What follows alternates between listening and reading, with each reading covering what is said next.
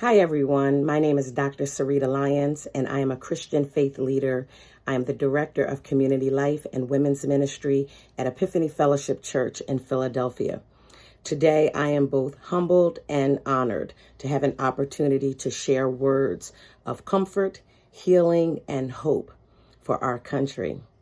I, like many of you, are grieving the magnitude of life that has been lost as a result of the COVID-19 virus. It's just tremendously heartbreaking when you think about loved ones, family members, friends that are no longer here with us as a result of this virus. And it is my prayer that those of us who are left behind will learn even from this experience the importance of checking on one another, caring for one another, and really maximizing life and the time that we have, because tomorrow just isn't promised. I am praying for the children, family members, friends of those who are no longer with us, that they will find peace, that they will find comfort for their grieving hearts, that they will rally together, and that we as a community, as a world, will rally around them and care for them. So much, even during this time, has been exposed about the tremendous health disparities and disparities for people of color that have lost their lives during this crisis. But this is not a Black problem or a white problem. It is a human problem. And so we just want to care for each other well. But the pandemic, the virus, has also exposed the fact that we are dealing with another pandemic.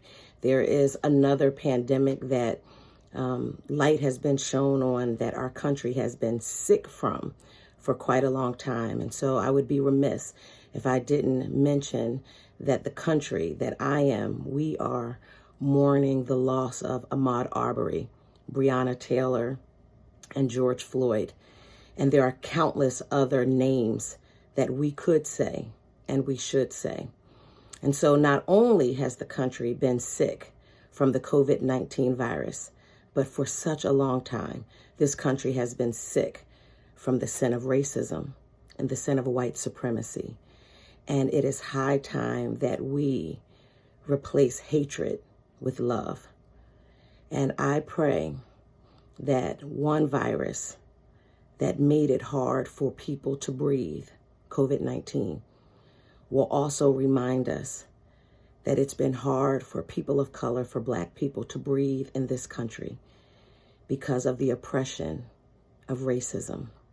And I pray that just like COVID-19 wasn't a Black problem or a white problem, that we would understand that dealing with racism in this country is a humanity issue, and that we are called by God to treat one another as image bearers, that we are called by God to cast out hate and evil with love, and that the people of God are called to lift up our prophetic voice and stand against all forms of oppression and degradation and pain and suffering, because that is what God has called us to do.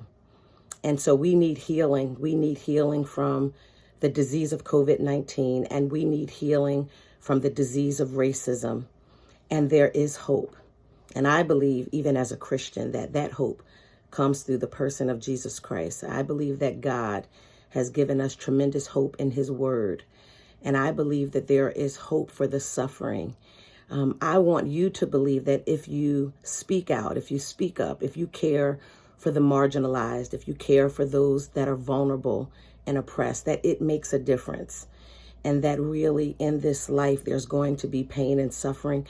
But no matter how much power or influence you think you have, if you think you're too small or too insignificant to make a difference, that is not true. And that your voice, your vote, and your love matters.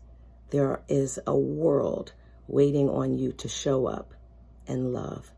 And so I hope that we find both comfort, that we seek healing, and that we know that we have hope, that a better day is coming. But we have the power to ensure that that day comes. God bless you.